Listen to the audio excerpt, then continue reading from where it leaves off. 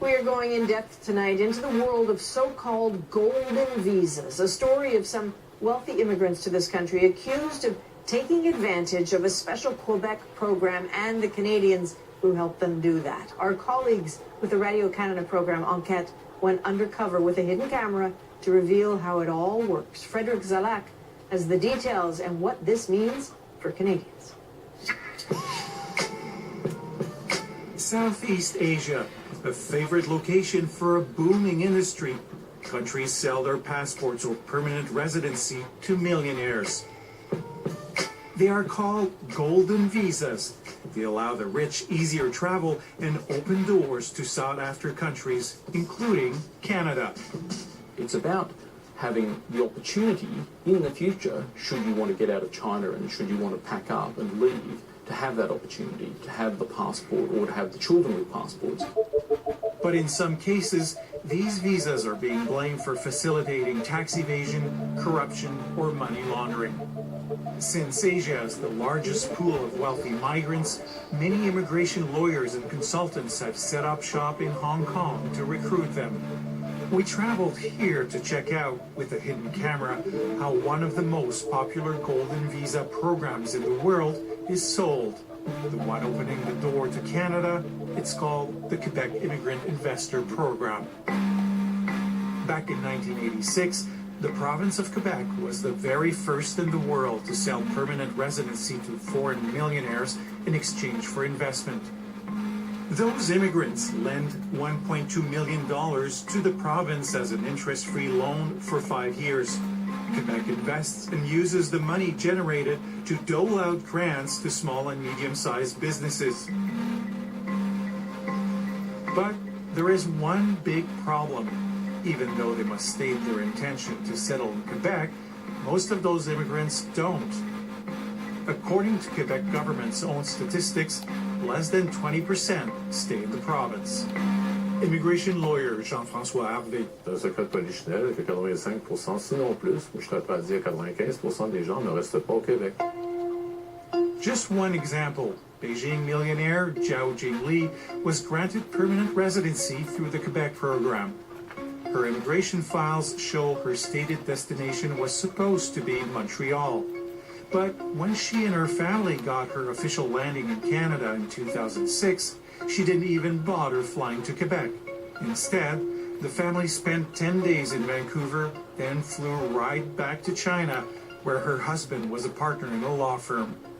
I think the Quebec Immigrant Investor Program is a scam from start to finish. Ian Young is the Vancouver-based correspondent of the South China Morning Post, a daily published in Hong Kong. He has been investigating these millionaire migrants for years and the role of the Quebec Immigrant Investor Program. And I think that everyone who's involved in the program knows that. You know, I think that includes policymakers, the people who facilitate it, and the immigrants themselves. I mean, they know that it doesn't serve the purpose that it is supposed to serve.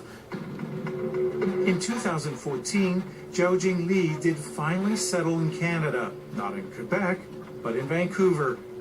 Her husband stayed in China to continue his law practice. She bought this $5 million house in West Vancouver with breathtaking views of English Bay. A 5-bedroom, 7-washroom mansion for her and her 2 sons. The Quebec program has been the biggest component of millionaire migration, wealth migration, here in Vancouver and in Canada. And that's a huge component of what's propelling property prices. You look at properties that are worth, $5-6 million, that's not to do with local incomes. While Quebec has been benefiting, British Columbia is stuck with the costs. Healthcare, education, and pressure on the real estate market. The house is now valued at $7.7 million. And there's little revenue to the BC government, since the millionaire migrants often remain in China, sending money tax-free to their families living in Canada. Zhao Jingli paid only $69 in income tax in 2016. We've come to Hong Kong to see for ourselves what recruiters, immigration lawyers, and consultants sell to prospective clients. So we created our own millionaire, Mr. Chen, a character whose wealth did have dubious origins, a pawn shop, and our Mr. Chen did not want to settle in Quebec. 佢審核你嘅，最好就唔好答得咁明顯，就話你唔會打算長遠喺嗰邊。 Canadian law allows permanent residents to move freely once in Canada, but when they apply to the Quebec program, they must sign documents stating their firm intention to settle in the province.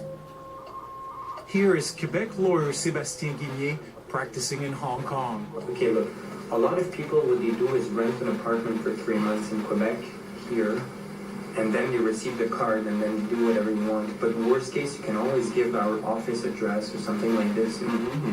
We tell our clients to rent an apartment because it looks better. If you give the lawyer's office, they might question, but we never got a problem. And to be honest, to rent an apartment for 3 months in Montreal, it's not a lot of money at this point. 即係通過咗佢就會 OK 咁嘅意思。 It also means that they don't have to actually live in that flat. Empty is okay? Empty is okay. It's a postal address.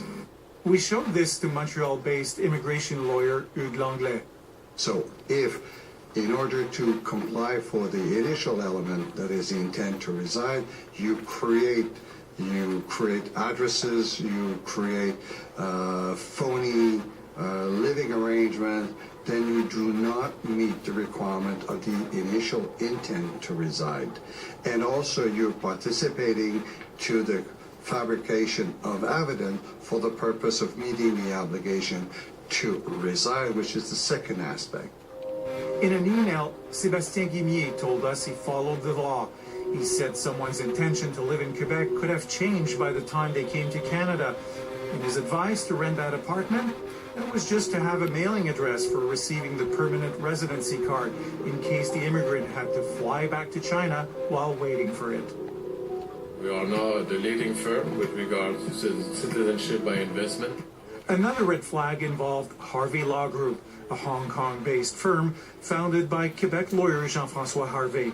Government rules require that all assets and their origins be declared, but not if you listen to the advice by this employee.